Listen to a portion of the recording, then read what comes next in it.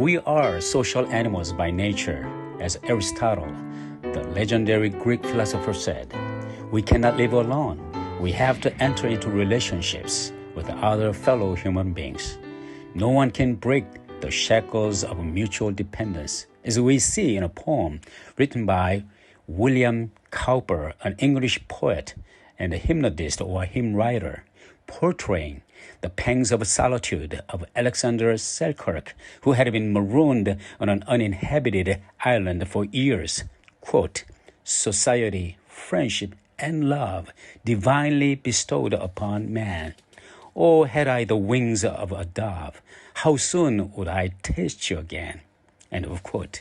We all agree that we are in need of a relationship. But the challenge is this.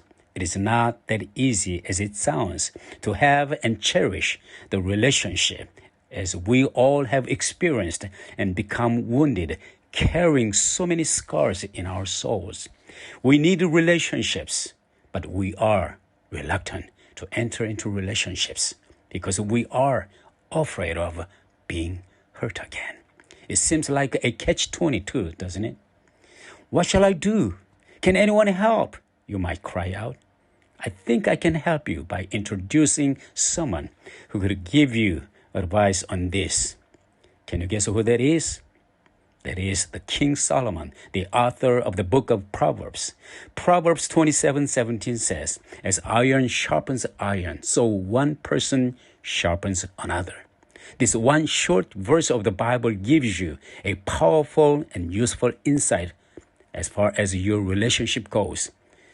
I grew up in a rural area where my parents lived as farmers.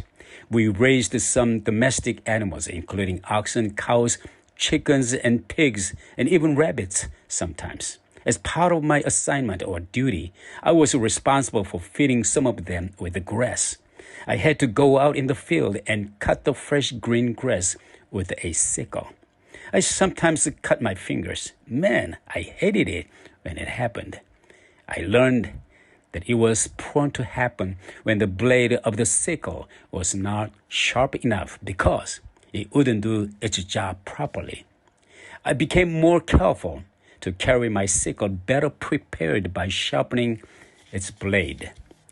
There are a couple of different ways to sharpen the blade. You can sharpen it either with a stone or iron. No matter what method you would use, it has to involve abrasion. Iron to iron or iron to stone. They have to come in contact for sharpening to happen. Solomon knew that we too would get sharpened by being together. With the social engagement, interaction, cooperation, even though it comes with the price tag, abrasion. Abrasion is neither convenient nor comfortable, but the reward is so great. When we are together in a relationship, our burden gets lighter and our happiness doubles the effect. There are many components for developing a good, solid relationship, but I just want to mention one thing today for your takeaway. Make room for growth, not only for yourself, but also for the person you have a relationship with.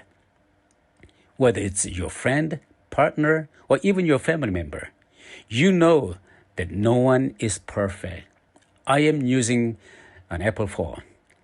I can't imagine my life without it. It has now become an essential part of my daily life. But every once in a while, I have to go through this process, the updating process. It seems like it always comes at the most inconvenient time.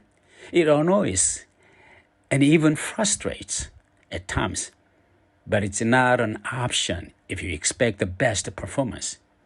Do you expect the best out of your relationship?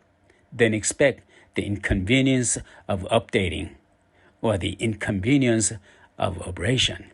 Psychotherapist and New York Times best-selling author Esther Perel said, relationships follow a cycle of harmony, disharmony, and repair, connection, disconnection, and reconnection. It's in the reconnection that the trust gets built. You have to have a rupture in order to actually build trust. This is the opposite of what we often think. End of quote. Someone asked her this question: is it good or bad for a relationship to have a fight? Oh, it's a must, she said. You see, we all need room for adjustment and growth. In that sense, Jesus, I believe, is the best role model for our relationship. He is the master of repair and reconnection. He was serious about it, and he even sacrificed his own life for it. He didn't hesitate to die on the cross to repair and reconnect you and me to God and to himself. What a friend we have in Jesus. God bless you, my friend. Remember, God loves you, and so do I.